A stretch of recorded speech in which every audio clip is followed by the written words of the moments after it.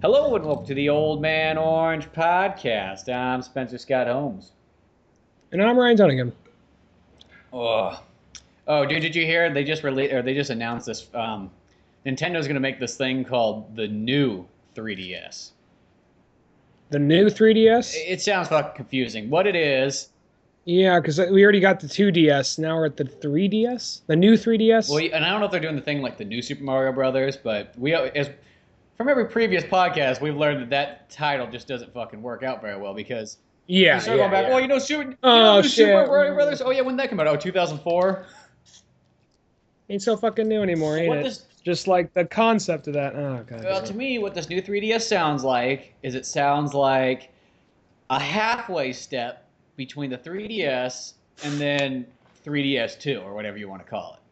Is this kind of like, is there only certain things you can get just for this system? Sounds like it. Motherfucker. Well, here's the thing. This is what makes it different. Okay, first off, it's got a better CPU in it. So apparently it's supposed to be able to run higher games, could go faster, the processor's better, the RAM's better, all that stuff. Mm-hmm. What else they add to it is they add a second joystick, so you don't have to buy the attachment thing for, those 3 games that they had originally for it. I'm not too sure how many games they have by now. Yeah. I don't even remember which ones they were. It was Metal Gear Solid, Resident Evil Revelations, and I want to say Monster Hunter. Those are the only 3 I can remember. And there's probably a couple others. With like dual joysticks kind of thing? Yeah, and it's like, well, once I remember on Resident Evil, I read the review and it was like, oh, you don't need them. I'm like, fuck it, I'm not going to get it then. And then Metal Gear Solid was like one of those ones like it'd be cool to have that for that, but I got the HD collection one, so... Yeah, you already have that game on like 3 different platforms. Well, I heard that too, like that Metal Gear Solid one. That was the game that if you didn't have that joystick, it was really fucking difficult to play. I can see that. Because that's the one, that joystick makes you walk quietly, I believe. Well, the weird thing about Metal Gear Solid 3, I thought... If my memory goes back I thought that was the strangest Metal Gear Solid out of all of them to choose to put on the 3DS. Because that game has... You need every single button on the PS2 for that game. So why the hell would you put it on the 3DS where it's like you're limited by, at least 4 less buttons, plus you don't have the joystick. I mean, technically you can buy it, but Yeah. So, what that does is the new 3DS adds the joystick, which they're calling the C-Stick, of course. And then there's actually going to be a ZL and a ZR, like the Wii Classic controller or the Wii U controller. Okay. So that's cool. That makes sense. And the whole point is like, Shigeru Miyamoto was saying, is like, yeah, we just need to make it more hardcore, so we can put some games. So I'm like, I don't know, what are they trying to do? Put Call of Duty on there? It's like, is that what you're shooting for? I think what they're trying to do is, well, maybe. I don't know. I think that, even like Nintendo 3DS games, even though I think they are really good about coming out with like handhelds better than they are their main console, there still takes a while to come out the games you really want for the 3DS. I mean, granted, usually the DS has at least 1 or 2 games coming out every one or 2 games coming out every 1 or 2 months that you really want to get. But generally, they come out a lot quicker than the other ones, though. Yeah, that's definitely true. There's always something mostly coming out for the 3DS. Which I feel bad because my 3DS, it kind of sits there. Like one game will come out and I'll play the fuck out of that game for a while. And then I leave it alone. And then you don't even touch it for, months on end. Pretty much, yeah. Just like, okay, new Super Mario Brothers 2. Even though I talk shit on that game, I still like it. Got it, played it, finished. Haven't really gone back to it. Got Mario 3D Land, played the fuck out of it. Haven't really gone back to it yet. So I got to get Star Fox Assault, something I know I'll play. I mean, they're games I'll pick it up every so often, replay them, but not too frequently. Like the game? I mean, not Assault. The Oh, port, Star the Fox 64 64 one, port. yeah. No, fuck Star Fox Assault. Fuck that bullshit. Star Fox, that was the DS one, right? That was the DS one. They tried to make kind of a strategy game out of it, and it had some cool concepts. Like every character had their own ship, so there's a different reason for playing them. That was cool. But then like it was like you'll have a 30-second window to fight this guy on this chessboard like stage, and you got to do this in this amount of time frame. Controlling it with the stylus. I'm like, after a while, I was like, oh fuck this. Yeah, I remember playing that multiplayer. It was just kind of, it was sort of because that's how I always feel about all the stylus controlled games. It's just like, why make it more difficult? You got a perfectly good D-pad and buttons there. Why the fuck do I got to? That's how I always feel. It's sort of like, even though this game was pretty cool, even though I should finish it at some point, but the Sonic and the Dark Brotherhood, because the cool part about it is it's like, it literally felt like I was playing Mario RPG, but with Sonic the Hedgehog. But it was one of those ones where it's like, oh, you got to use the stylus for everything. I'm sure it's. It's an RPG, so that's not the worst type of game if you have to use a stylus. But it is just one of those kind of things. It's like, I got a fucking perfectly good D-pad that's not getting any use in this game. I'm sure it's a really good game. That just sounds like such a weird game to make into an RPG, like a game like Sonic turn-based. Just kind of like because you think if you think of Sonic, it's always just kind of like speed, go, go, go. Like Sonic's not exactly the most patient character in video games. So the idea of like you're that guy who kind of like in the cartoon always like crosses his arms like I'm waiting, very annoyingly every 10 seconds. Well, in the Genesis ones, you don't play the game for 10 seconds. He just turns and looks at you and crosses his arm and goes like, "Come on, man, what the fuck? What you gonna?" Does he do that in the turn-based one? Because that would really make you. Turn-based. With turn-based one, it's just my favorite part because it's made by BioWare, so it's like playing Mass Effect, and you can just like talk shit to all like your fucking characters because it gives you a choice of what to say. So you can just make Sonic the douchebag. He punches out like someone, or like Tails can be like, "Oh, Sonic, check out this new invention I made," and then you just be like, "Yeah, it's fucking stupid." Oh, sorry, he doesn't say fuck it. Are you given like some real like defining choice? Like Sonic, you could either kill Robotnik, setting back a big reaction, which is going to put the world back in the Dark Ages, or kill off an entire race of alien. Just these really heavy themes in a Sonic game. Like, nah, I'm gonna go get a chili dog. Sonic the douchebag. No, I kid you not, though. That game was fucking awesome, and it felt like the only thing that's been an actual sequel pretty much to Mario RPG, because Paper Mario, don't get me wrong, I like that game, but it feels like it's like almost like a step back, because it kind of goes, okay, Mario RPG, it's not exactly Final Fantasy, but it's not that far off from it too. You still have. Is it kind of like a dumbed down Final Fantasy? That's still one I never played. Yeah, it's dumbed down, but it's not dumbed down kind of how like Paper Mario is, and it's not saying that game's not good. It's just Paper Mario, it's like I do 1 damage, I have 25 hit points. It's like what? Because I can't count up past 100. Yeah. If I remember correctly, it goes all the way up to 30. Yeah, ooh. So. But actually, I started playing that game not too long ago because it was given away as one of the free Club Nintendo points. So I downloaded it on my Wii U and I started playing it a bit again. Because I really haven't played it since the 64. And I'll say this, that still holds up pretty darn well. It does not feel like you're playing a 64 game. The first one's a fun game, and I think that's a perfect kind of game for a handheld. I haven't played the sticker one, but I know Cisco hates that franchise with a burning passion. He just hates those like Paper Mario games. Well, it's one of those ones, because I remember when I first got Paper Mario, and I was just kind of bummed out, because I was like, oh, it's not like Mario RPG whatsoever. I mean, it's an RPG, but it's like a kid's RPG, you understand? They're like, what the fuck, Mario? Come on, man. Like, I'm growing up, you gotta grow up. And then there's this, it's like, because Mario RPG, that's one of those games, like, I still hold that as such a high pinnacle of a game. Even though it's a Mario game, it's kid-friendly enough, but it still feels like you're playing a fucking adult game.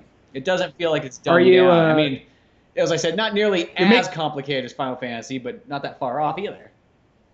You're making these comparisons to Final Fantasy. Are you still kind of waiting for that one Paper Mario game where like Peach is down by the water, Bowser comes down with a sword, impales her, Mario has to like come by like, no, like drop. Switch this.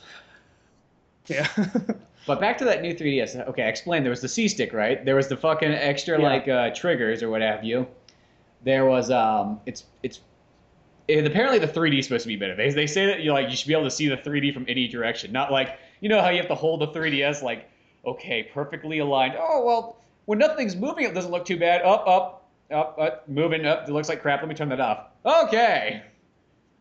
I still don't really give a shit about the 3D, All the but 3D is to me someone is let that like, be the. I'll turn on something like Ocarina of Time, and I'll stand still for a second, flip the 3D on, go, huh, that looks kind of cool, then turn it off and go back to playing. That's exactly what I do. I let someone actually. Well, I don't actually know the person well, but someone I sort of know let the 3D being the deciding factor. So it's like I was gonna get a 3DS, then I realized the 3D was pretty shitty. So I'm like, what's the point? Like That really has like that. It's really just a that's gimmick. very That's little. all it really is. Yeah. I always tell people, I'm like, fuck, don't. Well, nowadays I don't know what to tell people with this new 3DS coming out. But before I was just like, don't even fucking buy a 3DS. Just get a 2DS.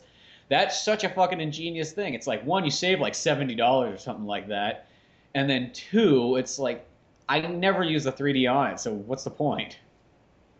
Well, this is kind of going like some time back, but around Christmas, my youngest nephew got a 2DS. And he was in love with that thing. He was just playing it all day. That's all he was doing, was playing his 2DS. He woke up in the middle of the night. A lot of people aren't going to give a shit about the story, but I'm already there, so I'll say it. It was like, Christmas night. We're all sleeping, and we're at my work. It's, I've said on past podcasts what, like Thanksgiving and Christmas is usually like, it like with my family. I it's guess usually you like 20 every people. podcast is somebody's first. Yeah, but it's like every, like 35 people jammed into one house for Christmas or Thanksgiving or whatever. So we're at my aunt's house and I'm sleeping. He's like I'm sleeping on the couch. He's like on the couch across from me. And then I just suddenly hear this high pitch. Like, what the fuck is that? It's a fire! It's a fire! Then I just finishes off with yeah, like what the fuck is that? I'm looking around. I see my nephew is kind of like, he's young. He's like waddling around in the dark, like crying, like what is it? What is it? What's wrong? What's wrong? It's just, where's my 2DS? Like, oh shit! And I look, I'm like, dude, it's charging over here. It's like, ah! He grabs it, holds it close to his chest, lays down, goes back to sleep. That kid's gonna grow up to have some separation anxiety. Yeah, that's not a good start, I guess. Don't get me wrong, I love my 3DS, but I understand that we need to have time alone. You need separation time. It's okay, my house is kind of like, I'm like a guy in Saudi Arabia. I got a lot of system wives. They all know their place. They all know their time. Everybody gets their own time of play. I live in a non-biased house. I got an Xbox sitting next to a Nintendo, sitting next to a Sega, sitting next to a PlayStation. Or it could be, I guess, could be like a Mormon house to that extent then too. Yeah, it really is. Except for like I allow like black people in. That's the PlayStation 2. Yeah, really the PlayStation is because the Xbox 360 is white, the PS3 is black, the Wii U is black, the Dreamcast is white. Okay. Judging your systems based on race. The GameCube's purple. I think the Mormons have changed a little. I think the Mormons have changed a little. I think they actually have said, like, in the 70s, and they say, okay, all right, we can allow them in. It's not so bad. We can allow them in, just don't let them in the basement. What's in the basement? All right, secret Mormon capital. Stuff. Yeah. Look, I'm not going to lie. I know very little about Mormons. I just know that they have... they're offered their own planet. I think Jehovah's Witnesses. They're offered their own planet. I think Jehovah's Witnesses get offered their own planet or their own world. Yeah, that's Jehovah's Witnesses. No, that's not Jehovah's Witnesses. That's Scientology. Scientology, yeah, but there's one like because James, who's been on the podcast before, he told me there's like a group of Jehovah's Witnesses that always come over, and we had him on one podcast. If you know the guy, you'll find this funny. These people would always come over and try and debate him, and he would always just try and like. Just shake it off and just kind of like, he says, no, I just enjoy debating because I just like seeing him explain it to me. And he said like the one time they were saying like there's a picture, he says he had like there's like an Asian girl, like a young Asian girl, and this old crusty white dude. They were trying to convert him, and like he was opened up the brochure. It's like a little white blonde hair, blue-eyed girl petting a lion like in like a garden, and he's flipping through like Adam and Eve, okay, white hair, white skin, blonde, blue eyes, he looks over the Asian girl like, where the fuck are you in this? Dude, there was this, speaking of Adam and Eve, there was this fucking Bible movie on from like 1968, and Michael Parks was Adam. Yeah. Really? I can't remember what the fuck it was Michael called. Parks was It Adam. was something. I just, yeah, 1968. I remember the year. I remember who was in it, but I don't remember the fucking title of the movie. Michael Parks was Adam. Yeah. Was he actually kind of wearing some kind of like? He was full naked. It was 60s. Oh, I don't know. Well, it wasn't like he was like, you didn't see like his junk or anything like that. That's good. It was just like waist up or whatever. Creative camera angles where like it kind of like was always covering. Oh, okay. Okay. You might have saw some ass cheeks or something. I'm not too sure, but whatever. I'll take that as evolved to full front. I'll take that as opposed to full front. It wasn't fucking Harvey Keitel, you know, just stand there. That's what I'm afraid of. See, I really like Harvey Keitel, and years later I found out he's just one of those dudes who just likes to get naked in front of camera, no matter how old he is.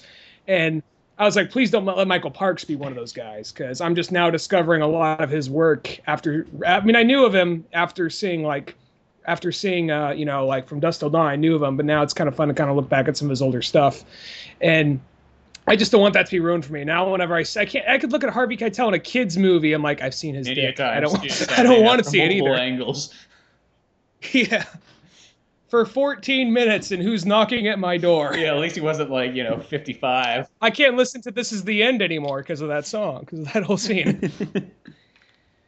Well. No, it's not the end. It's only the beginning. Like, oh, fuck, no. His first movie. Oh, God. What more is he going to do? Well, apparently he's going to fuck Sam Neill's wife in this other movie, and you're going to see all that, too. Oh, well, what year is that movie? Oh, it's like 1995. Oh, fuck. Isn't it also in I never saw it. Maybe that's the movie you're talking about, Bad Lieutenant? I don't know. Does it have Sam Neill in it?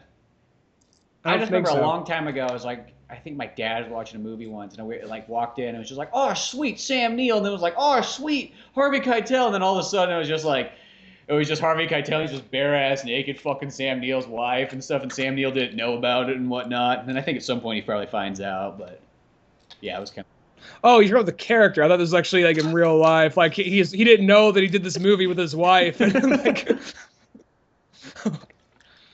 no, there's actually. I'm kind of wondering about Harvey Keitel, because he started off doing. When you think back at his career, Harvey Keitel. I mean, I guess people get older. You want to work with different people as time goes on. When you think about like Martin Scorsese, his go-to guy for a long time was Harvey Keitel. But if you look at his body of work, Harvey Keitel slowly gets smaller and smaller parts. Maybe he couldn't afford it, or maybe he just slowly started like not getting along, because it's like, Who's Knocking at My Door, Mean Streets, and then by the time you get to Taxi Driver, which I'm pretty sure he's got, it's not a bit part. It's an important part of the movie, but he's not there a whole bunch. He's only in it for like, he probably has 10 minutes worth of real scenes.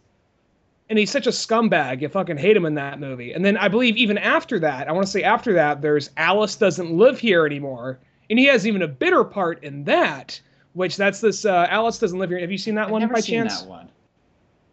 It's good. It's good. It's definitely a movie. It's a feminism movie, basically, about a single lady once her husband died. It was kind of like a, woman, you stay in the goddamn kitchen. You don't fulfill your dreams. You know, after he dies, she has a single kid that's seems kind of retarded in some parts, and just moves to town. It's kind of like her just trying to like get by and survive. You know, it's a good movie. But anyway, at some point she starts dating this guy. This guy seems perfect, but then all of a sudden one day, like, this lady comes by. She's like, this guy is Harvey Keitel.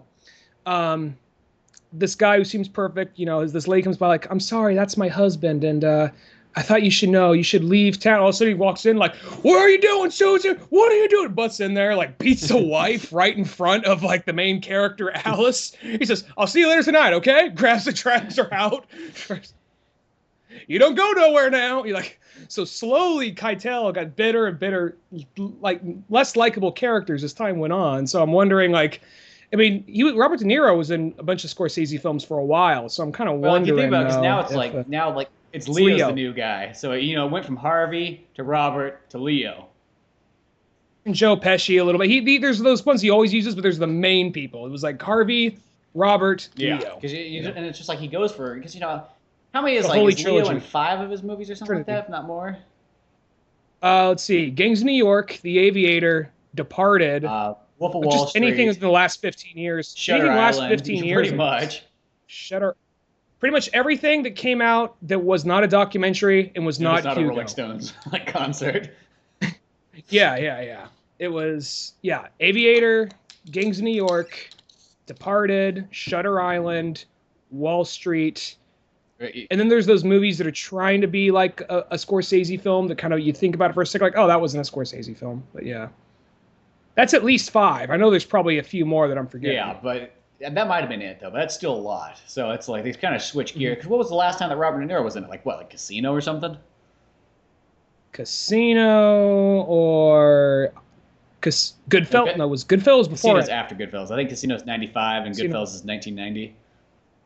Casino. I don't know. Do they just have like a breakup, or cause I don't really. I can't. I'm sure there's stuff there.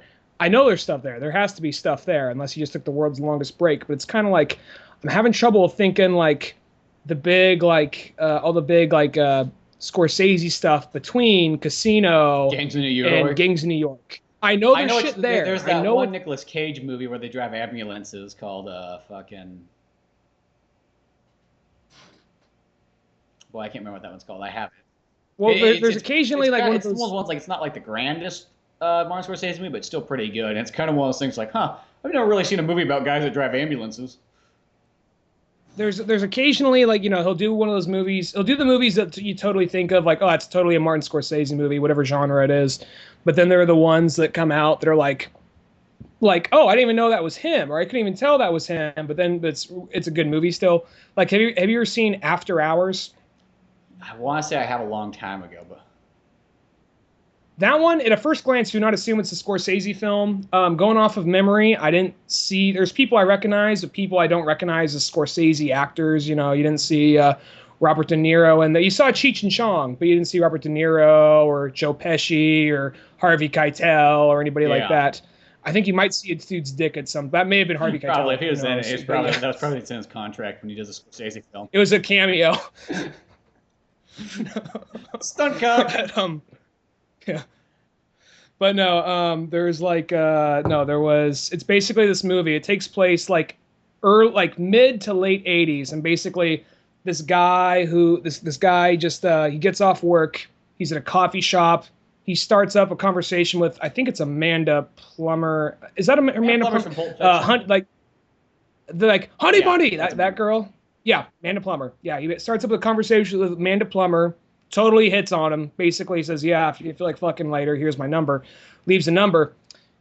Calls her later when he gets home. He's like, I don't know if I'll go out tonight. And gets the number. No, why not? Gives her a call. She's totally on the other side of town. So he goes over there to meet her. Meets up with her. She's kind of a little like having a mental breakdown. She's going through all this shit. And she's just basically says, look, I thought you wanted to fuck. If you're not going to fuck, I'm out of here. See you later. Bye. I don't care. Leaves. That causes a chain reaction. Then he goes across the street, and then one thing leads to reaction. Not exactly. Well, he gets totally fucked over. Okay, there we go. In this whole movie, you feel bad for this dude and Amanda Plummer. You feel bad. It's a very, very dark comedy. But what ends up happening is he ends up going back. She ends up killing herself.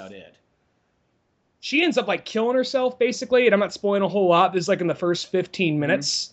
Like this happens in the first 15 minutes. She's just a little crazy. She ends up killing herself. So he's like, oh shit, what'd I do? He feels horrible. So he there's a few dramatic, sad scenes like that. But then he goes across the street. He has to use a phone for something. He has to borrow some money. So he says like, here's my keys. I'll leave that with you. That's everything I own. I just got to go run across the street, use the phone real quick. He does that, comes back. The store's closed, something causes him. So he's just bouncing back and forth, one thing after another, stopping him from getting home. Until like everybody within like this 5-6 block radius is basically trying to kill him out of misunderstandings and all that. It's like the Odyssey, but like in New York. Yeah, but he doesn't actually have anybody there. He doesn't have any partners to fuck it up for him. I didn't think that's a good point, but he at no point like grabs a bag of wind and just goes all the way back to point A or point B. It's just one thing about the Odyssey. It's like, why does he just explain what's in that bag? Like, because Ulysses never tells him anything. It's just like, oh yeah, don't touch that bag. That's the worst thing you can ever tell anybody. Is not what's inside. Just say, don't fucking touch it. Because then when you're sitting on a boat all fucking day long, getting beat by the sun, and you're going, dude, what the fuck's in that bag? I don't know, man. What do you think's in that bag? I don't know. We'll find out when we get to the land. And you know, the whole time that everybody's sitting there, and then each day you're sitting there at nighttime fucking counting, like, I wonder what's in that fucking bag. Why didn't he tell us what's in that bag? Oh, it must be something secret. He's probably keeping it for himself. Fucking traitor. You know, so the whole point, That's you what know, if happened. you just would have said, like, yo, it's just a big bag of wind.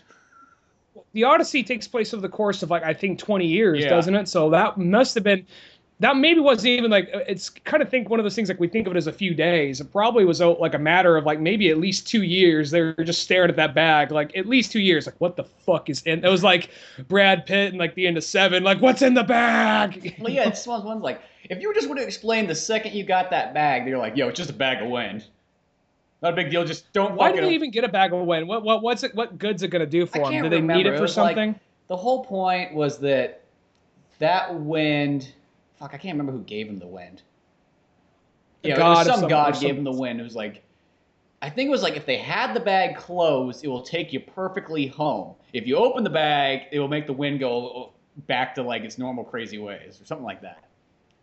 You know, it's one of the, like it's actually like one of the saddest but most amazing parts too in the movie, in the fucking book, is Odysseus's dog or whatever. Like that dog, like when he first shows back up, like home at the very end of the book, you know, the dog's the first thing because it sees him. He's dressed as like a hobo, so the dog recognizes him, and he pets the dog and sits there for a bit, and then the dog passes away.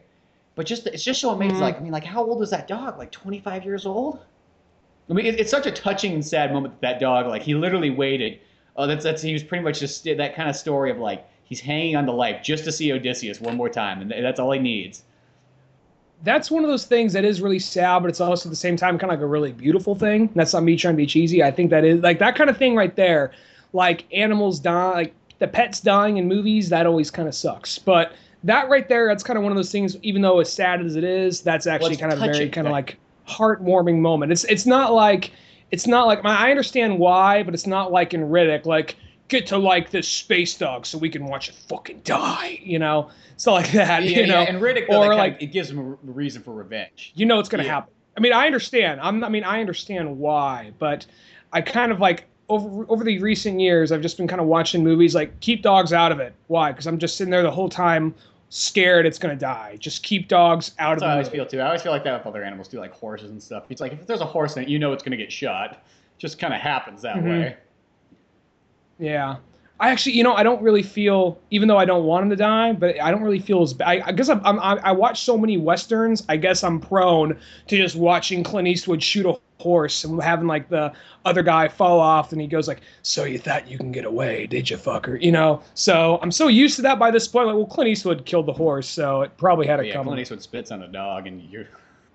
That's one of those things. But in the Odyssey though, like whenever I think about the part, like I'm just always amazed. Like, man, that's like the dog that lived the longest. I mean, he fucking has the Guinness Book of World Record right there. I mean, obviously, it's Odysseus' dog, so like, go figure. That was probably record 001 yeah. in the Guinness right there. I think there is a record of the longest living dog is like 27 or 28. Want to say I heard that somewhere. Who knows? Dog. Probably Odysseus. If you looked it up, that's what it was. Ugh. What would be the name of Odysseus's dog? I can't remember what his name was. Like, trying to think of like something that would be like scruffy, but in like Greek terms. There's one. I've read that book probably more than almost any book I've read. Scrufficus. I just don't remember what the dog's name is. Nor who gave him the fucking bag. The dog's name. You know, you'd think if you read a book about it almost 10 times, you would know the. I would have got to see my dog longer if you fucks didn't open this bag of wind. That'd be. Scrufficus. That's the name of the dog. All it is when the poor dog passes away, he just has this thought of like 20 years ago, like the guy fucking opening the wind and just him punching him in the face over and over again. That fuck. Or, you know, the dog just sees the boat over, like, I just see, like, just this distant shot. Because I remember in the movie, I don't know if it's like that in the book, in the movie, they just saw the boat from a distance. They're getting all excited.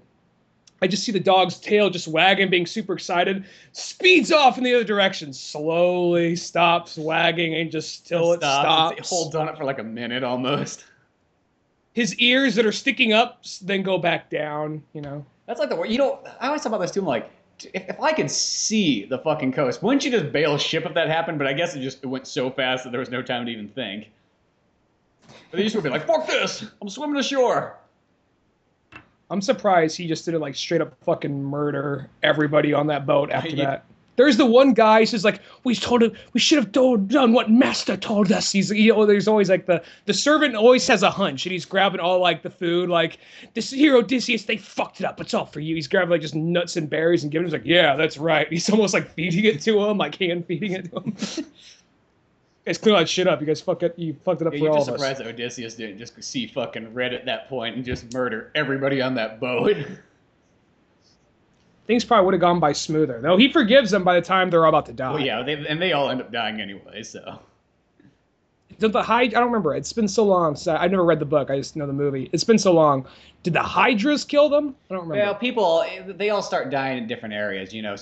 First some of the guys die by the Cyclops. Some of the guys get eaten when they turn into like pigs. Some of the people die by the fucking the two women. Hydra. Yeah.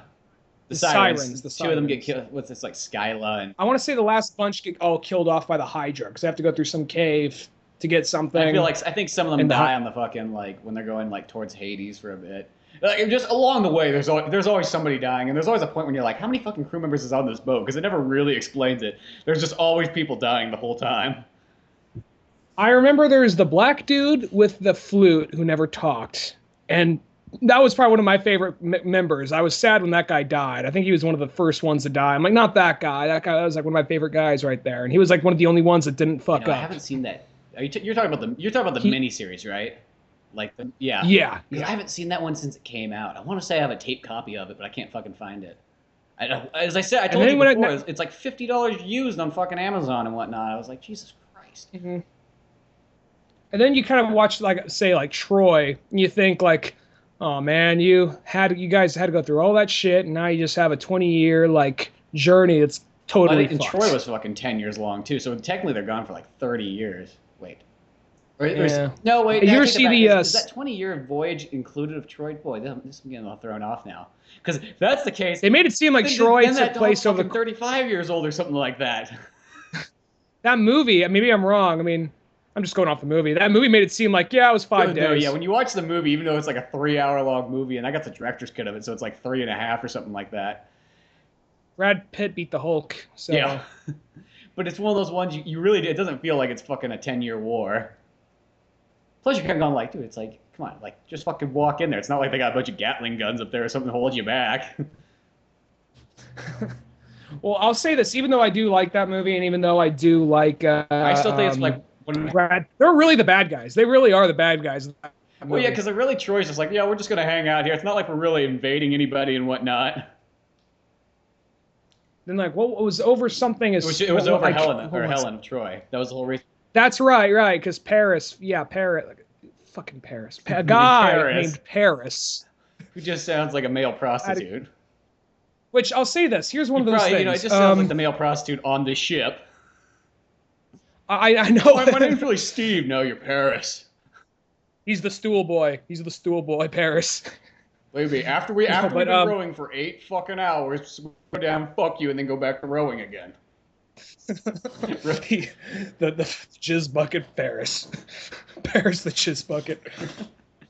Like Orlando Bloom's reading the script, like, I read the book. This wasn't in there. Like, oh, it is now. This is the Wolfgang Peterson version.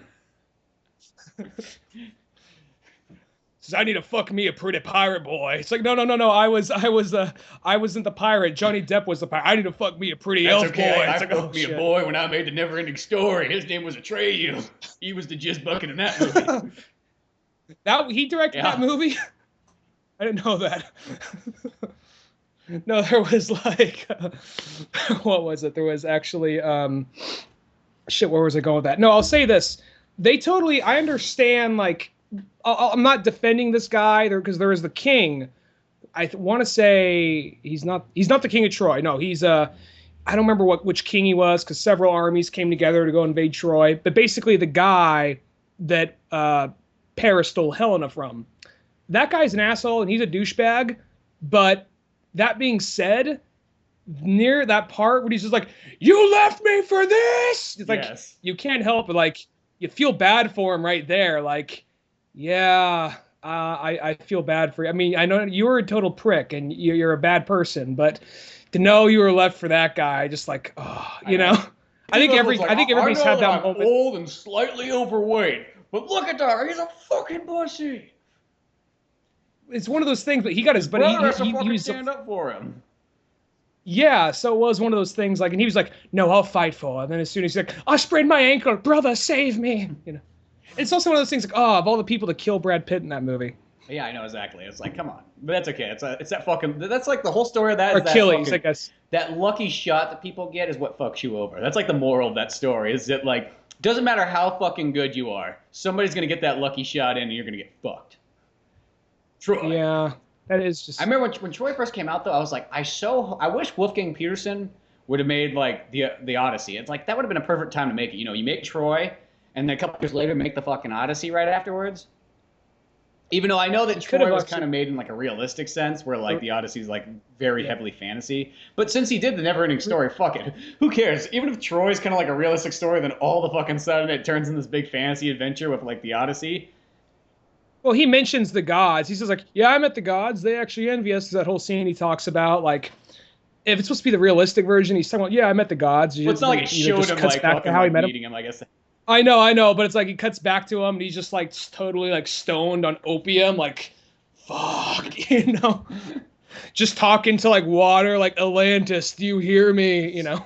Dude, speaking of Atlantis, for the first time, I saw that Atlantis Disney movie the other day, or last night, actually. Oh, that one's good. That one's underrated. I think that's a good movie. I mean, it's basically Stargate, but I mean, it's a good movie. True. It's definitely Stargate. You know, it reminded me a lot. It doesn't feel like. Well, he even looks like I don't remember the actor's name, but he even looks like the guy from Stargate. Yeah, no. The guy's not Kurt Russell from Stargate. He's the real main character. Kurt Russell's just like the scene stealer. Yeah, and then like, it's kind of like if Kurt Russell stayed evil. It's like one of those things he didn't have that.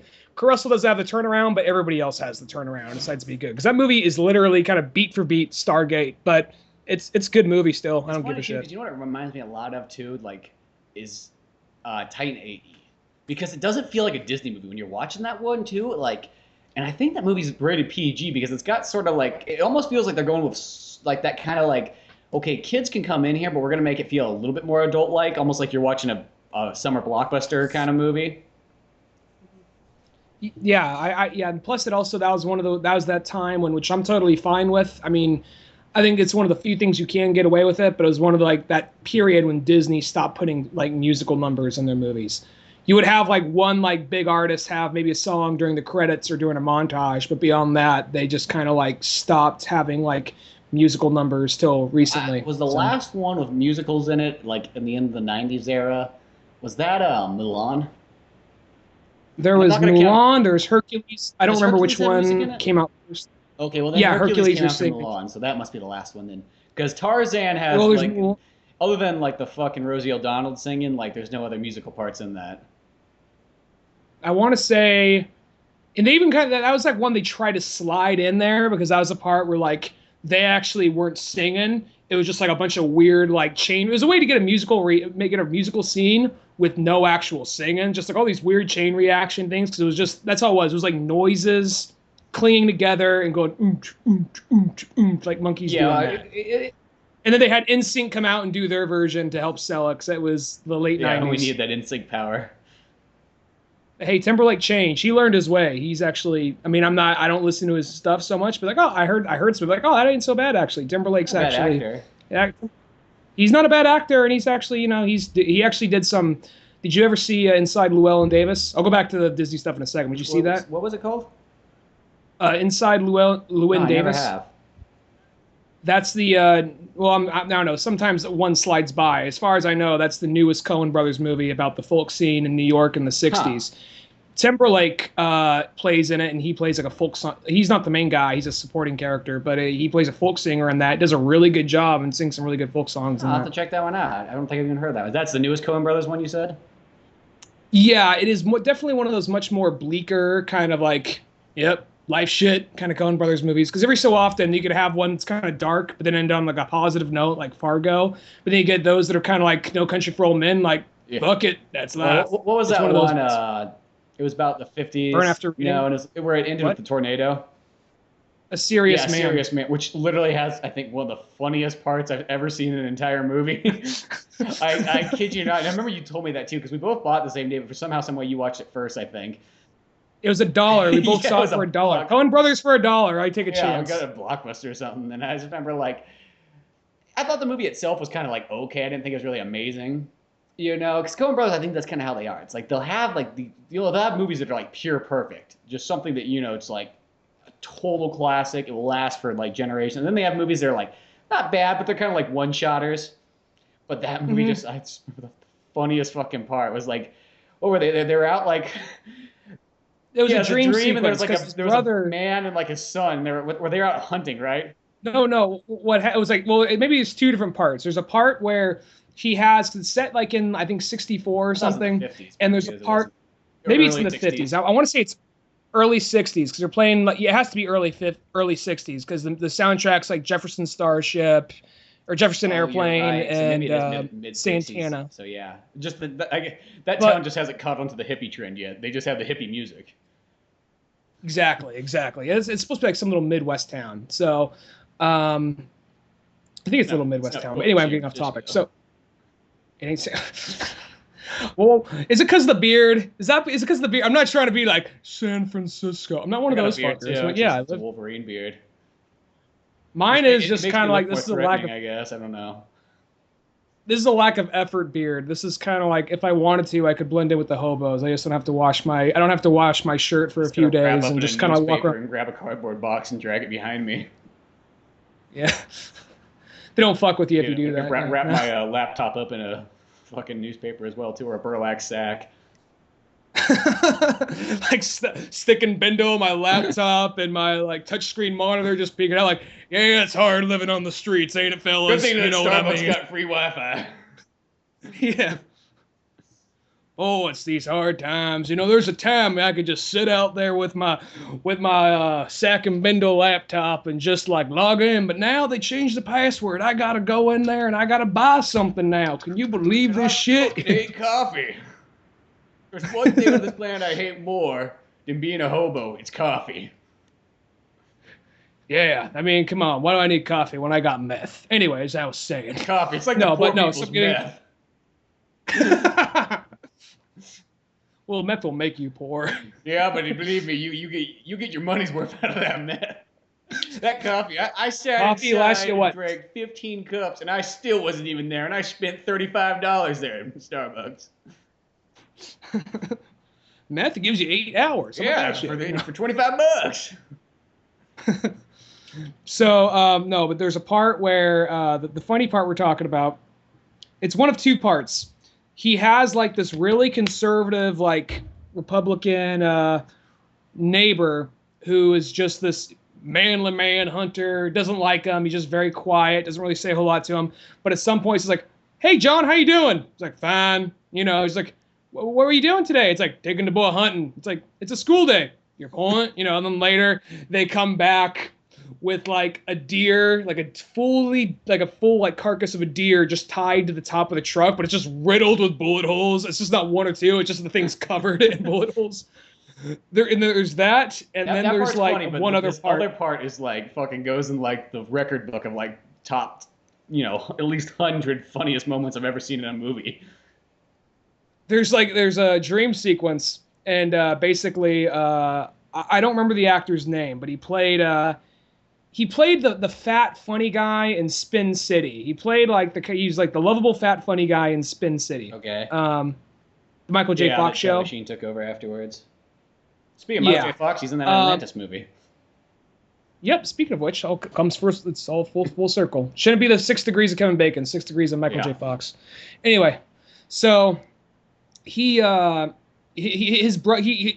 his brother. He has a medical condition, and for whatever reason, he's about to get arrested for like avoiding fees or court or something to that effect. So he says like, "Here, I'm going to help you. Go by." And it's this really sad, beautiful moment. And they're out like he gives them like a bunch of money that he got earlier on in the movie. Someone tried to bribe him. He gives him the money. He gets on this rowboat, says, "You just go, man, you just go." And it's just this really sad scene. He's going, then he gets shot in the back of the head. He goes down, he turns around, the neighbor's there. He says, look, son, there's another Jew, and then like fires, and then it cuts. He wakes up.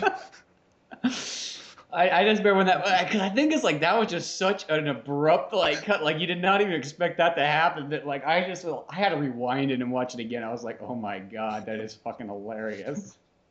And it's like it's like sometimes it's like that's not like a complicated joke. It's not like anything. It's just like it's the right fucking timing and just like throwing it way out of left field. Oh my god. The rest of that movie's all right. It's not really their best movies. Like every so often they'll have a movie like you and Cisco saw Burn After Reading, and you both came out of it saying it's just okay. I'm like, no, Burn After Reading's gonna be awesome. Burn After Reading's gonna be awesome. They don't know what they're talking about. They're probably in a bad mood or whatever. I'm gonna see that movie. I'm gonna love it. Then I rented it because I never got a chance. No one wanted to go see it. Then when I rented it, I watched it and I'm just like, it's gonna get good. It's gonna get good. Then it's like, oh, it's over. I'm just like, well, the only part's really good in it is the Brad Pitt's parts, and I counted it the second time I watched because I watched that movie twice. John Malkovich is good too, but those Brad Pitt parts, it's like he's only in it for like he's literally only in it for 3 scenes. It's like that's it. Well, here's the thing. I absolutely love the concept of that movie. It's like a spy, cat and mouse type movie, and only you're dealing with a bunch of stupid people. That's the thing about it. That's what's funny about it. I love that concept. I like certain characters. It was the chick from Fargo, and she's a good actress. I'm not saying anything against her, but her character, I absolutely fucking hated her character. Maybe we were supposed to, because she's putting all these people through all this work so she can get like surgery to stay thin. Instead of fucking working out, she works at a fucking gym. Yeah, and I mean, there are moments. There are a handful of moments in that movie that are so. I mean, it's one of those movies that has.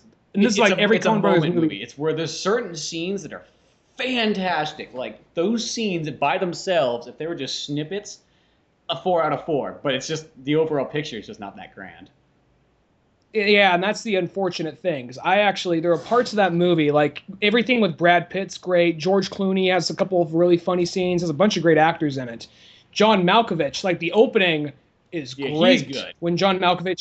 When he gets fired at the beginning and it starts off like, well, I'm sorry, I don't remember his character name, just let's call him Tom. Sorry, Tom, you're fired. Like, oh, okay. He just has this like really shocked look, like, all right, gets up, just like, I got a quick question.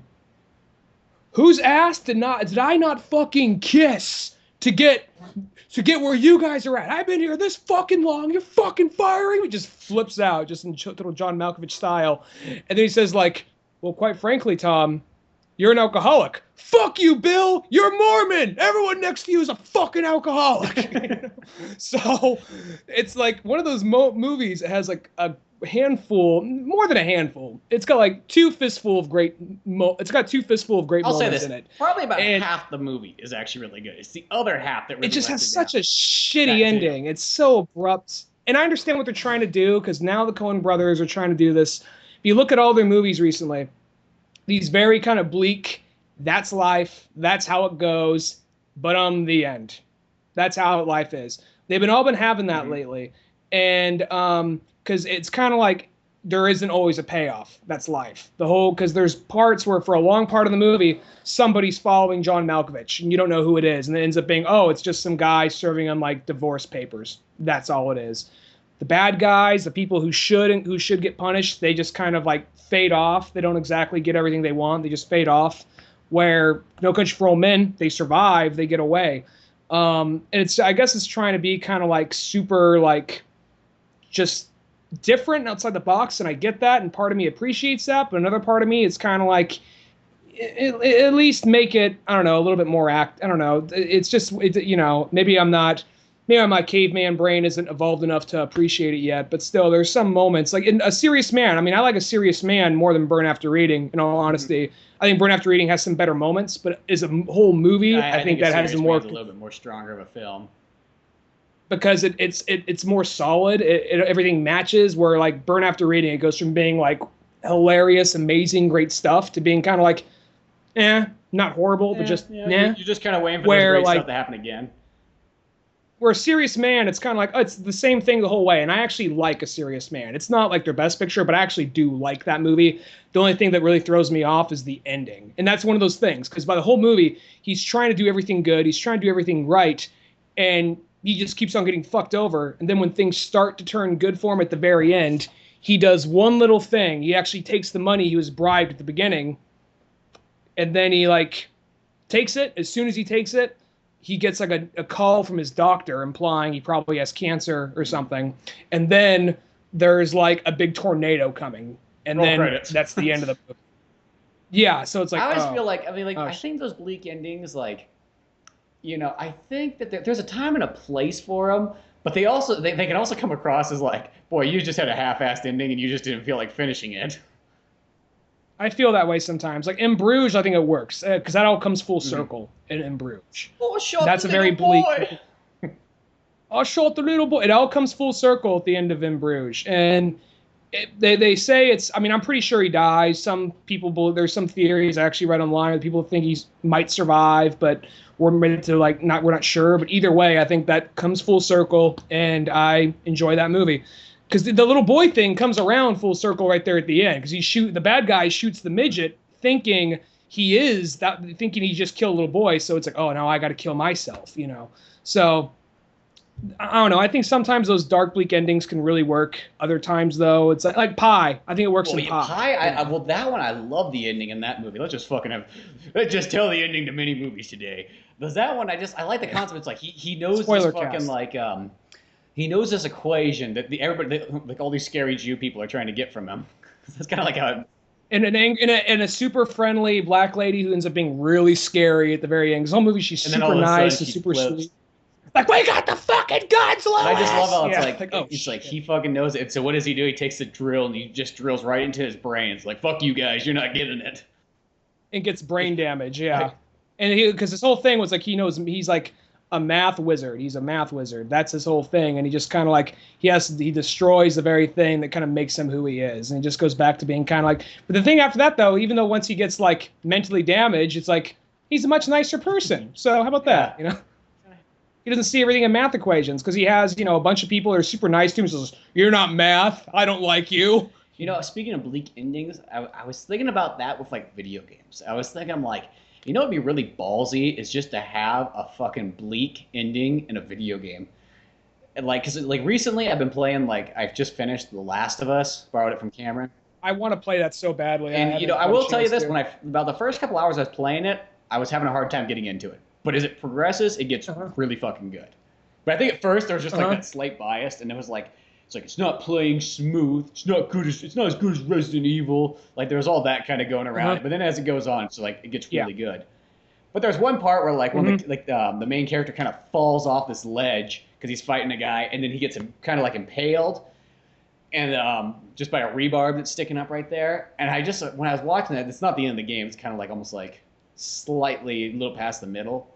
But I was almost like, if a video game just fucking ended like that, it's like, that's how your main character died. End of story. That's fucking life. Like, it's just one of those ones you'd be like, what the fuck, that's it? But at the same time, I would give a game credit for being that ballsy. Because video games mostly always end in pretty good ways. You know what I mean? Like, unlike movies that we can have kind of different endings, think about 90% of video games. They mostly always end in a positive, like, uplight.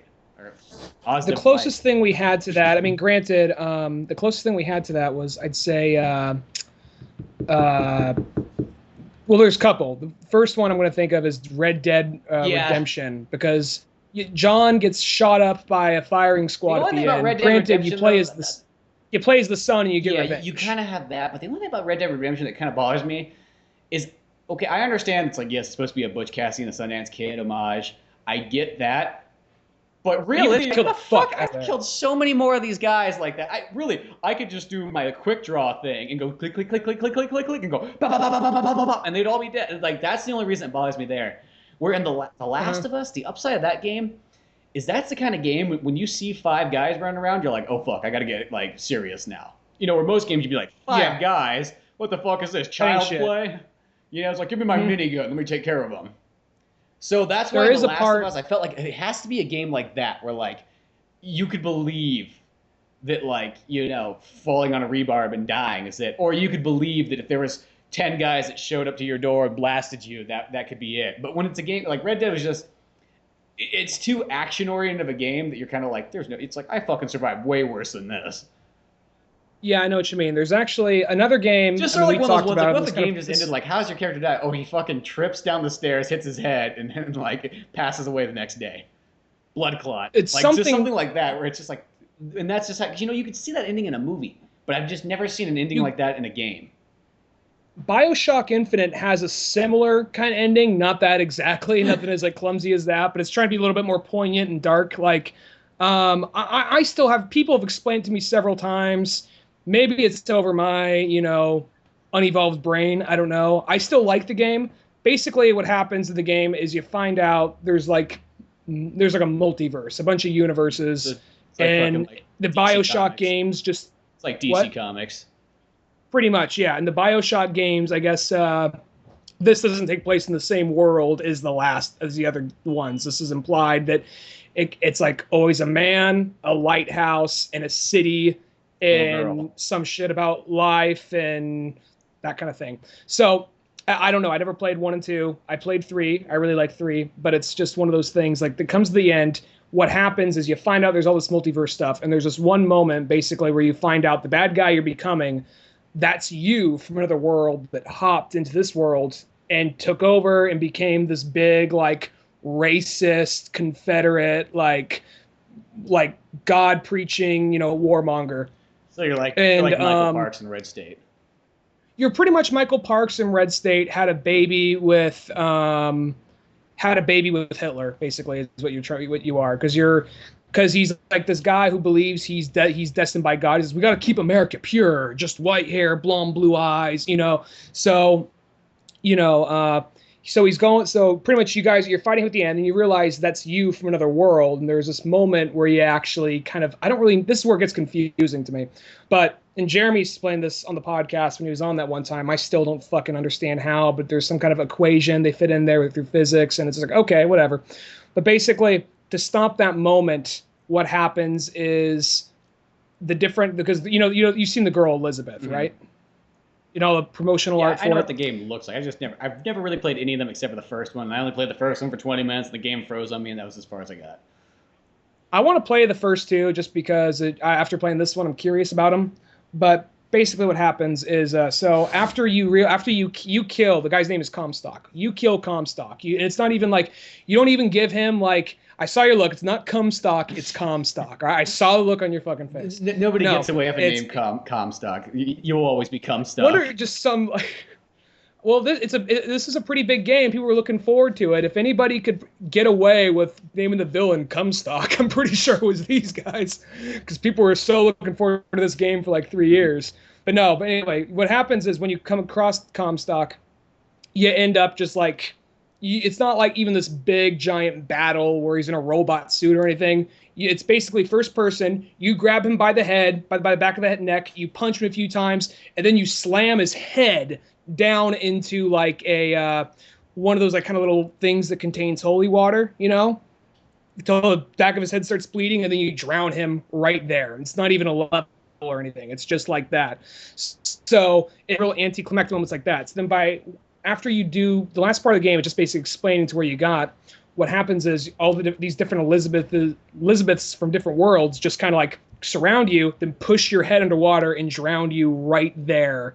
And then you get a distant shot. You see the different Elizabeths disappearing because she's your daughter. So if you were killed right there, she was never born. But somehow this one's here, and she's in the DLC, which I haven't played. And one of those DLCs actually ends with you finding out that you're actually, I don't know. It's fucking confusing. Basically, one of the DLC ends with you finding out you're really the bad guy, and then a drill goes through your chest and you die.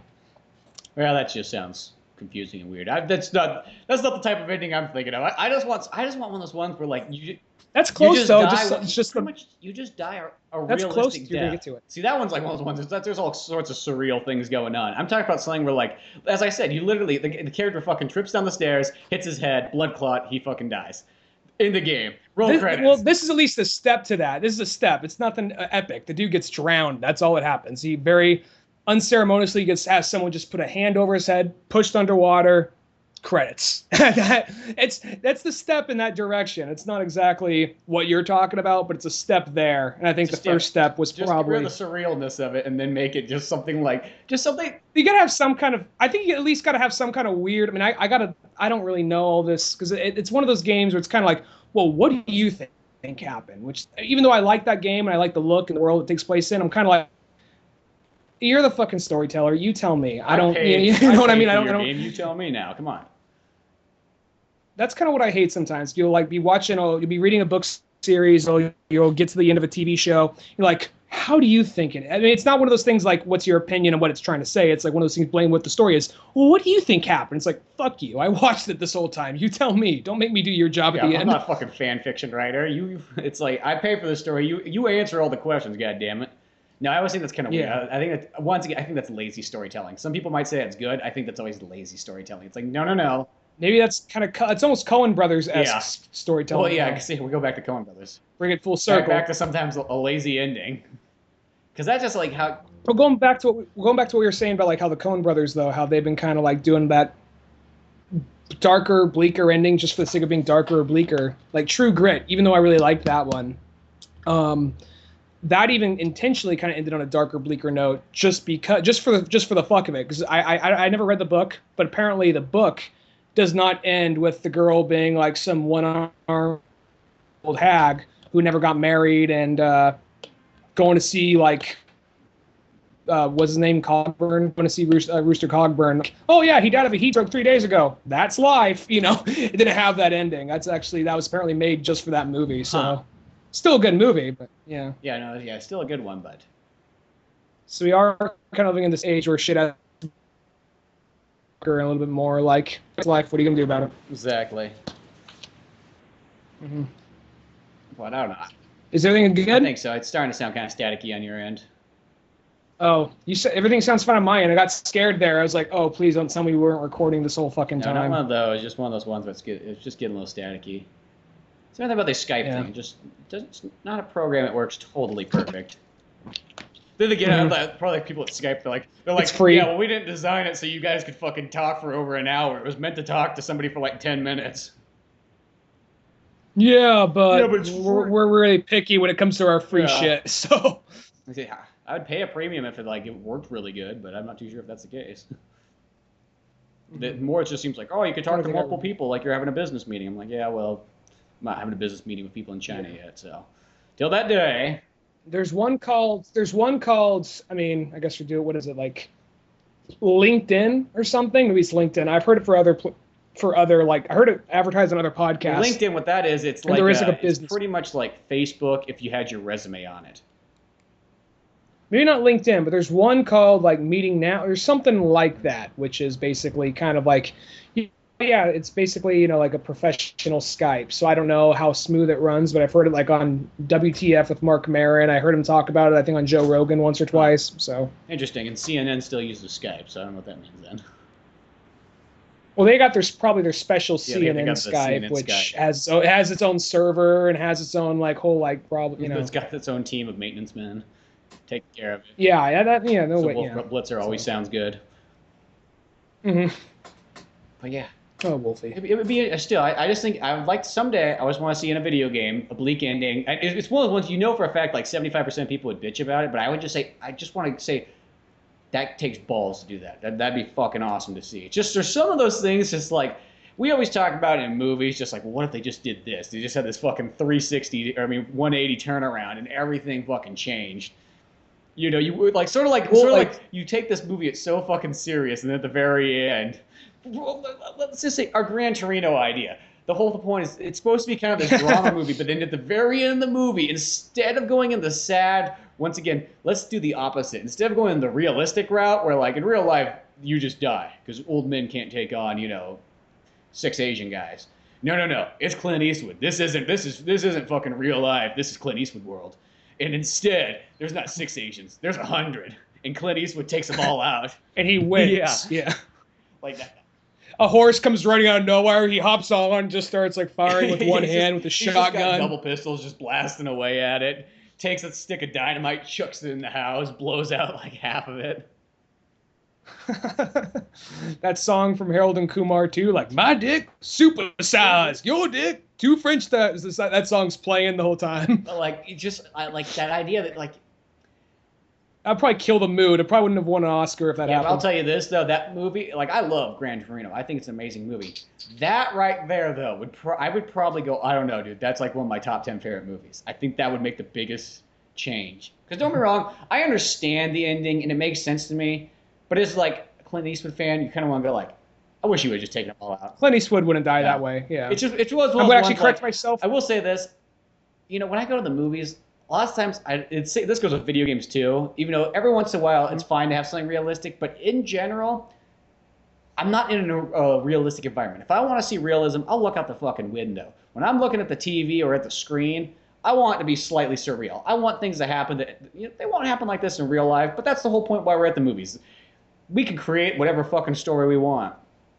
You know, when I look outside, I don't see fucking Captain America and Iron Man and Thor fucking fighting evil. You know, but in the theater, I get that. Yeah, exactly. So. And that's those are ones I think they actually do a pretty good job of not making it too realistic. I mean, some cases, yeah, but generally, I think those ones they do keep to the source material pretty good for the most part, especially recently with Guardians and all that. Well, yeah, Guardians just pure amazing.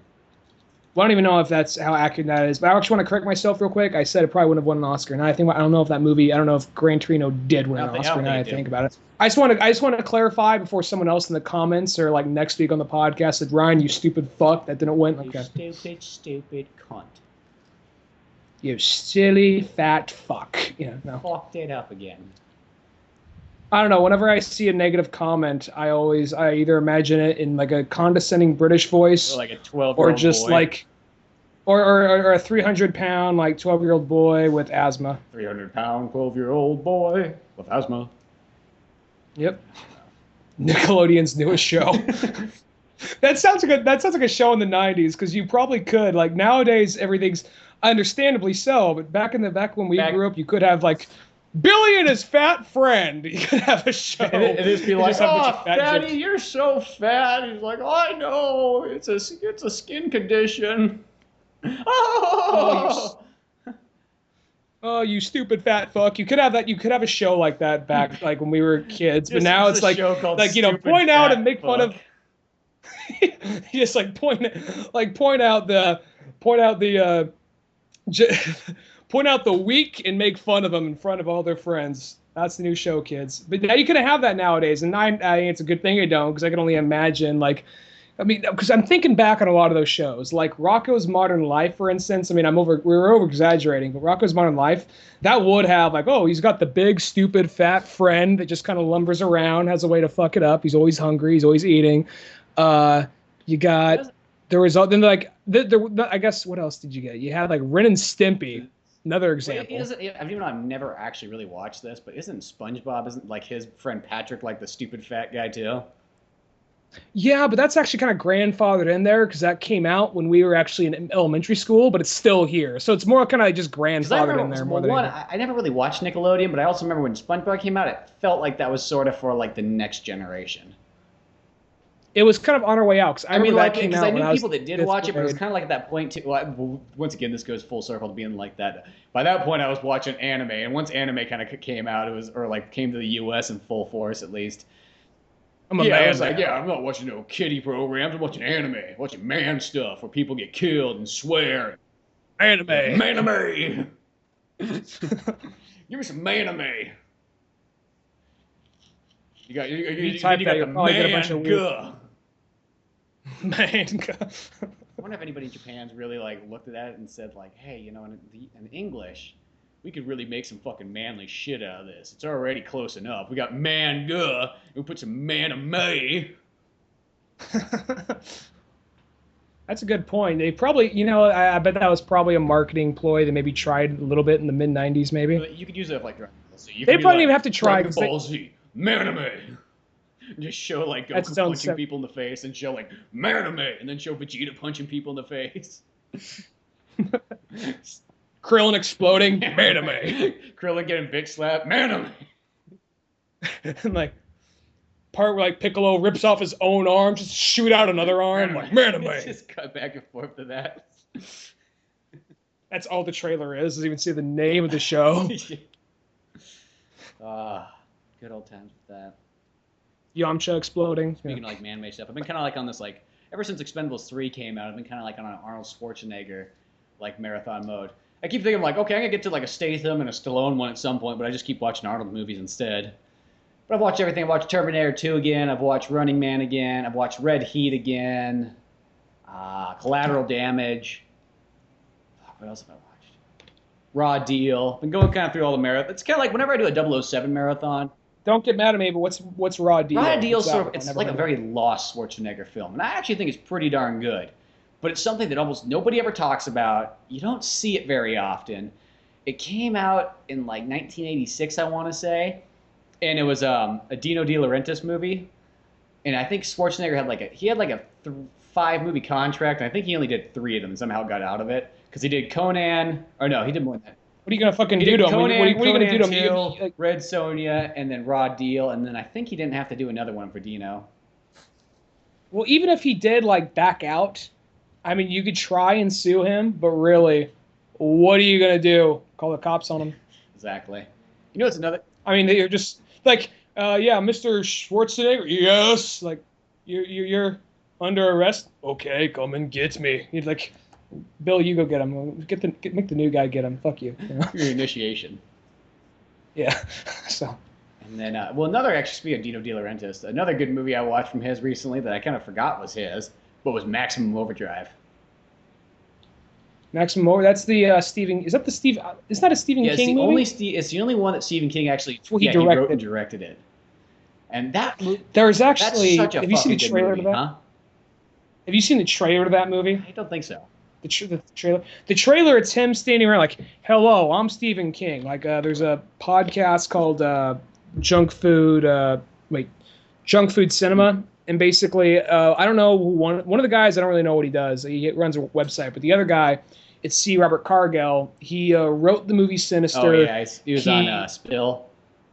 He was one of the main guys on Spill, and then he also he worked for AintItCoolNews.com.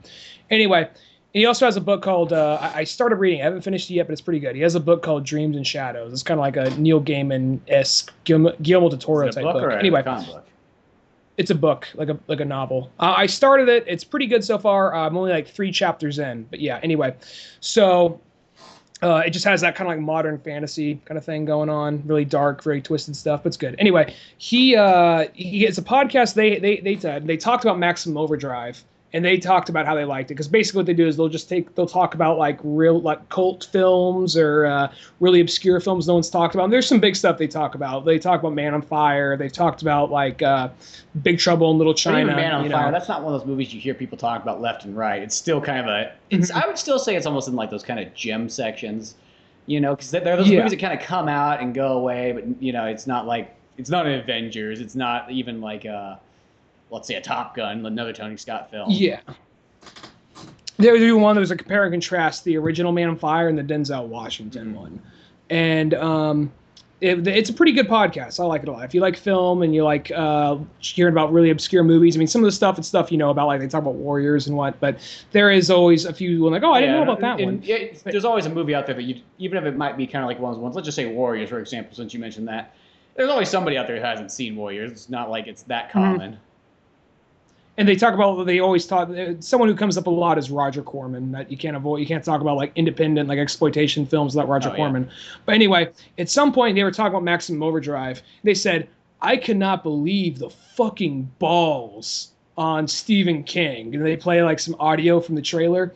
And it's like, hello, I'm Stephen King. I'm an author. You may know of my books such as Cujo. Yeah, list a bunch of stuff off, And movies have been made about my books, but I was never really happy with any of them, so I just learned, you want to do something, you got to do it right. Then it's an abrupt cut to just action in the trailer and all that. And it's just like, all right, Stanley Kubrick, George A. Romero, all these people, like, do something. Name that did Scarface and The Untouchables? I know who you're talking about. I'm drawing a blank on his name, too. He did Carrie, I want to say. Yeah. So, yeah, Brian De Palma. Brian De Palma, yeah. So, and it's just like, oh, the fucking balls on you, dude. Well, I understand what he means by it, though. It's not, I don't really feel like it's totally like a ballsy thing because it's like once it's like it's his material, so no matter what, it's But to compare, like, say, oh, to do it right, well, like, because here I will say this: the only way it's ever going to be done right, Stephen King way, is if Stephen King does it himself. Now that doesn't mean it's going to be the best picture, but I understand what he's saying. You know what I mean? It's sort of like if you take any script you like wrote yourself. If somebody else does it, even if it like might be like, oh, they do stuff's kind of cooler, you might go like, well, that's not how I envisioned it. You know what I mean? So I see where he goes with that. I don't feel like it's like totally like a ballsy thing. Like even though I know he doesn't like lots of his versions of movies, but we all know. We all know he went back and made his own fucking Shining. How long before? Which that was one of those. All right, whatever. Yeah, I was like, well, Shining. Stanley Kubrick one's better. Had some creepy moments. I like they actually had the Dog Man in there, but beyond that, I mean, it was like, I mean, the Dog Man was actually creepy. There was a few scary moments, but anything made for TV, it's hard to take it too seriously. Yeah, well, I think it's those made for TV movies. They work when you're like 10 years old. It's kind of like Are You Afraid of the Dark? I feel like I was watching a glorified episode of Are You Afraid of the Dark or something. Yeah, the Dog Man was creepy. Beyond that though, and plus there are moments like you saw they were trying to beat around like the bush because there are things since it was TV, there's things they couldn't say in this version, like someone's coming to the hotel. Who? A darkie. Just like it's ABC. It's one of those things like, okay, I understand. You could have just there's a million other things you could have said. That almost sounds like when you almost try and beat around to get like PG racism, it almost sounds more like racist. I don't understand. It's kind of like what Patton Oswalt, he has a joke about PG filth. It almost sounds dirtier and more wrong than actually just coming out and saying cock or pussy. He says like when you try and beat around it, it sounds worse. Same thing goes for that. Like I was just like, okay, I remember Cisco bought that movie. He's just I bought that movie. Made for TV. Yeah. You bought it? Because I remember, we were just like, we were all snowed in. It was a snowy day. We were like, made for TV Shining miniseries. We watched it like. But the weird part too, because I remember people for the longest time they talked about how good it was. So I was like, oh fuck, I got to see that. And then I saw it at the pawn shop one day. I was like, fucking A, I'm gonna totally buy that. And there's those ones watching. It's like, I would actually almost even say it's not even really, unless you really fucking like The Shining and you do kind of want to see it just to see it like how we did. That's about all it is. It's like, see it if you want to see it to see it. But I would not even really say, like, it's a recommended movie. Yeah, even the hedge animals. Like, the hedge animals were fucking stupid. The gardening, the fire hose with teeth was fucking stupid. Actually, something I do like about... Like, that's all I have to say. It's like, I don't know. The only thing, I guess, in comparison that I like more in the book than I do in the movie... Ben, the Scatman Crothers character, lives. No, I will say, that's the one thing. Well, I kind of like the ending in the book more too, anyways, because it's almost like an action movie. All of a sudden, it's like that boiler's about to explode in the house, and fucking Scatman's on like the snowmobile, and he's taking out the mom and the kid, and they're like driving away as the thing blows up behind them and everything.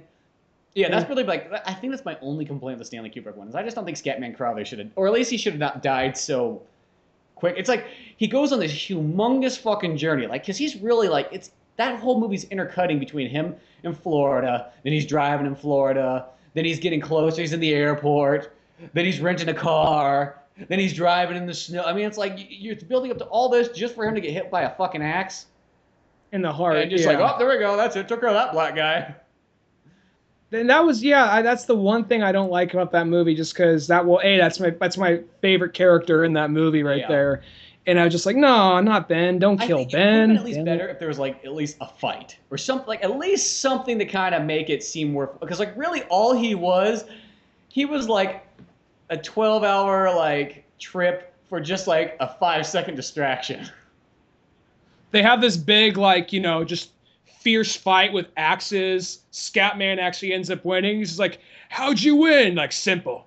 I just shine. Hits him in the side of the head with the axe, credits.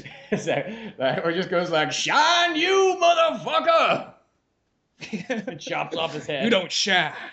You can make a lot of like shine one. Then Shine a Light by the Rolling Stones starts to play. Like, shine off. His credits roll.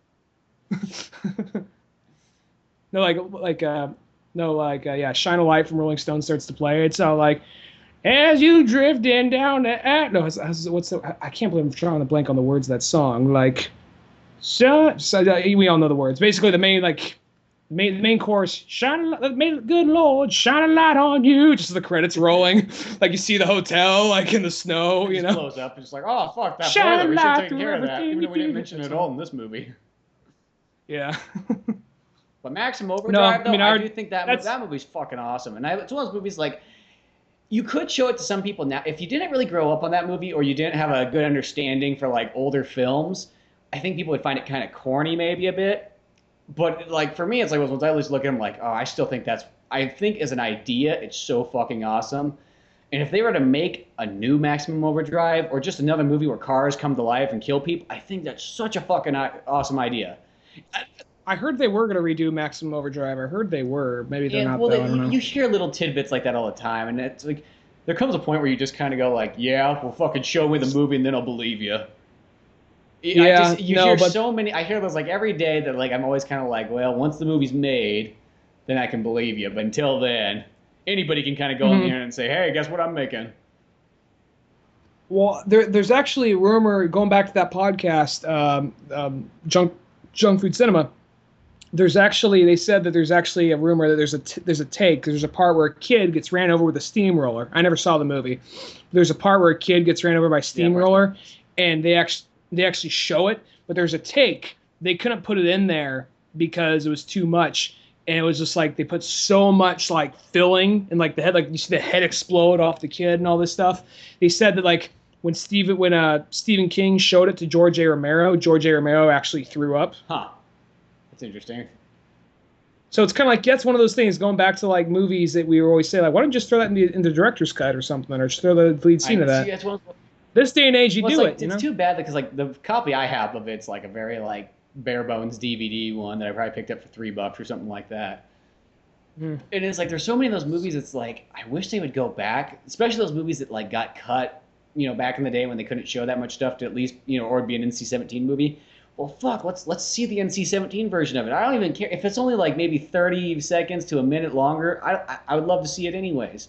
I'd love to see Total Recall come back with even more violence. I want to see what Night of the Living Dead, the remake, was originally supposed to look like before they cut it all down. Maximum Overdrive. Why not? Make special editions of it. I mean, I know that costs kind of money, but I guess nowadays you could probably start like a Kickstarter fund to try to get something like that going.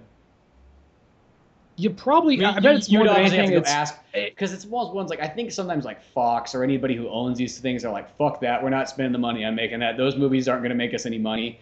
But I think if you kind of went out and said like, let's just say let's talk about Night of the Living Dead.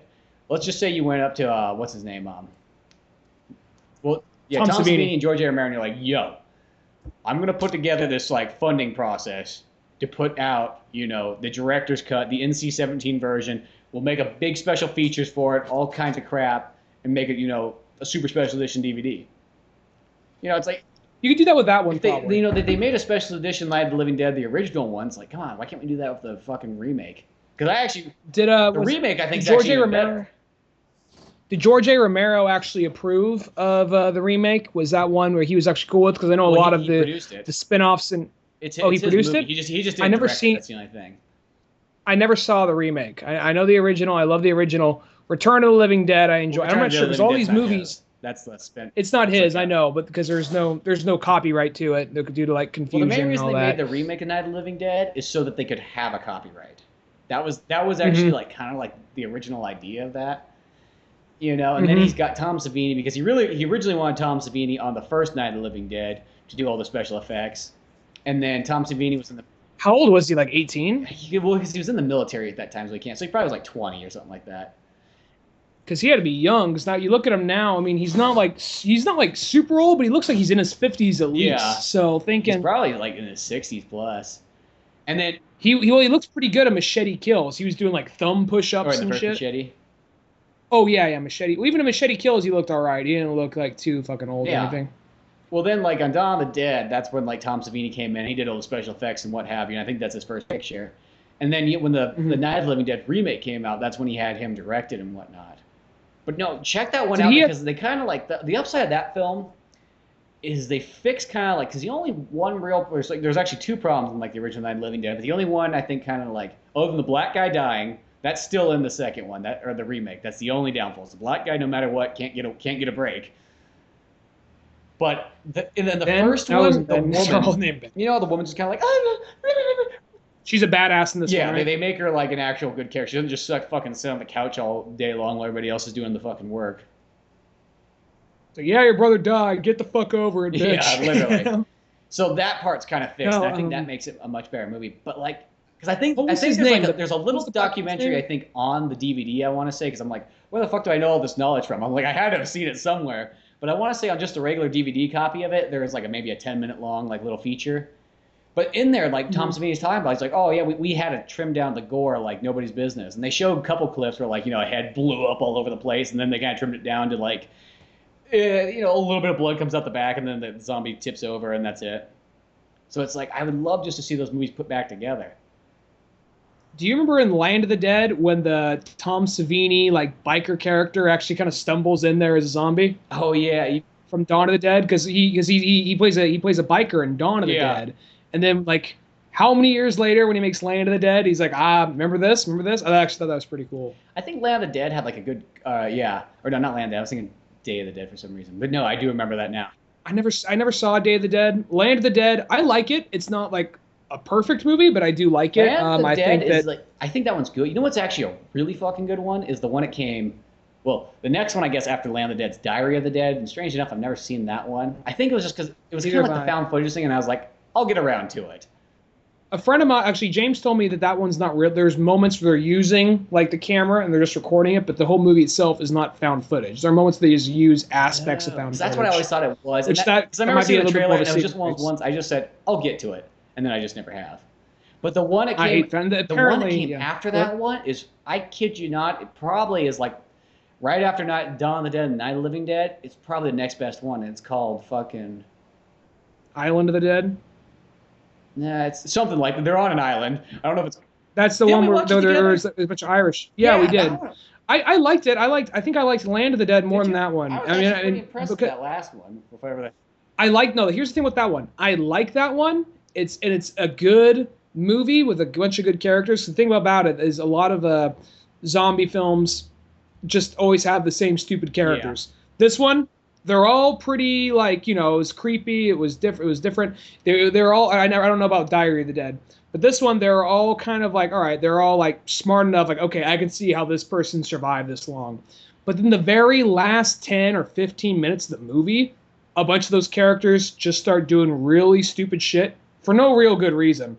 And it just kind of was like, oh, and the whole thing, like, we actually found a way. We could just train them to eat horses instead of people. It's like, that doesn't seem like you can really train them or fix them, because it plays off at the end like the guy who was leading him was actually a little crazy. The old man who's like, no, because at the very end, it's just like, this guy knows his shit. At the very end, he's like, no. Look, we won. We're good.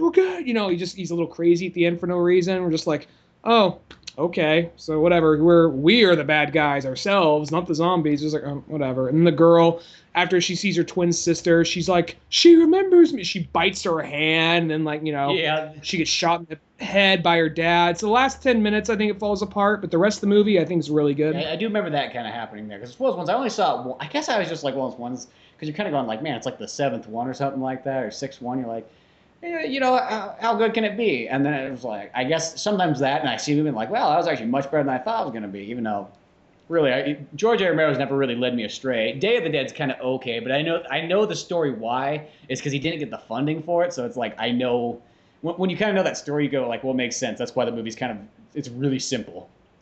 It's like, it starts off like, you can almost feel like it starts off, they must have had a ton of funding, because like at first there's all this action and stuff going on, and then they're like, boom, we're underground.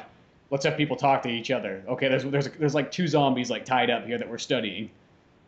And then like at the very end, there's a quick little action scene and then the movie's over. Isn't there a part where there's just like a room full of organs and all the zombies are just like munching down organs and gore and shit? I can't remember. It's one of those ones I've only really watched that one once too. I heard somewhere, it was actually before Spill shut down. There is a remake of it, so that might put it out. I want to say it's the original. There's a part where like they're like in a room with just like guts and gore is everywhere. All these zombies are munching down, but it was one of those things like, due to like poor management, someone fucked up. They have all these. It was actual all real, just kind of like dead cow parts, and organs, hearts, whatever. that they were going to actually have him chew into to make it look real and authentic. But somebody left them unrefrigerated in the wrong spot, so all this stuff just went rancid. So when you see all like these people dressed like zombies munching down on that shit, they're like trying to just chew through it and not throw up. They said if you look, you see 2 or 3 of them like just hand against the wall, like vomiting in the background. I'm gonna have to take a look for that again. Poor guys. Yeah. It's like, that is fucking extra. That is like, give them more than a T-shirt that says "I was a zombie" and like Day of the Dead. I was a zombie in Day of the Dead and lost my lunch. Yeah. But the lunch they were serving was fucking shit. I fucking threw up for the next 3 days.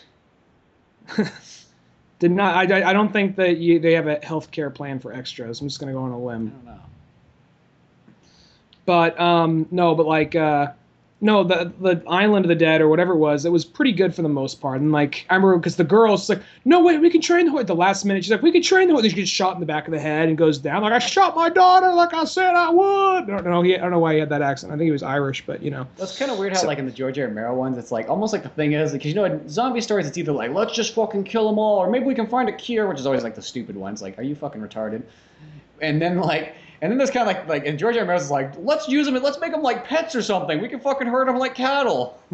Why kill them? You know, it's Uncle Bob and Aunt Janine. Let's fucking we'll put them in a canoe, you know, raise them, and maybe they'll come around. Maybe we can ride them one day. Piggyback right on a zombie, yeah. No, that was actually kind of what I liked about that one though, because they were trying to blend them in society, and you'd see like some guy like he'd have a zombie like on a chain, like walking back and forth in the kitchen. They just have a knife in their hand, not doing it, just standing there, like, yeah, that's my wife. Don't mind her. We'll get her fixed someday. Like that kind of shit's creepy, and I like that. That's what I like. We can make it work at Walmart. It's just the last. It's just the last 10 or 15 minutes that it falls apart, but everything before then I enjoy that movie. So yeah. I know. Good times with good sounding movies. I like the little intro he had at the very beginning of the movie, like, now this is like fucking old crusty 70-year-old like George A. Romero, like that are like so thick that like, you know, you shoot a lake, like the Coke bottle glasses. Yeah. He's like, now I just want to let you all know this is a dark movie, but don't feel free. You know, he's just sitting around, much of like zombies eating around him. Like, oh, we're having lunch right now. Don't mind us. Now this is a dark movie, but don't worry, it's just a movie. I hope you all enjoy it. You know, you can tell he's kind of like slowly reading a cue card. Like, oh, Alzheimer's. Damn it. You gotta give him credit for, you know, I always, you know, when somebody's like 70 years old and fucking directing movies still especially cranking out horror movies of all things, that's badass. Mm-hmm. Yeah. Well, yeah, well, that's probably a good place to wrap it all up at. Make sure to check out oldmanorange.com. And until then, I'm Spencer Scott Holmes. I'm Ryan Dunigan. See you some other time.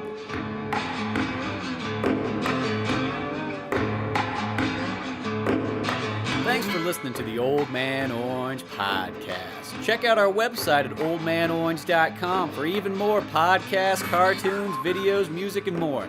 Send us an email at oldmanorangepodcast@yahoo.com. Be sure to subscribe, share, rate, and review us on iTunes, Podomatic, or any of the other fine sites we might be located on. And if you want to help out even more, click on the Amazon or GameStop links on our webpage before you make any purchases there. It won't cost you a penny, but it sends us a little something our way. Thanks again, and tune in next week for more Old Man Orange Podcast.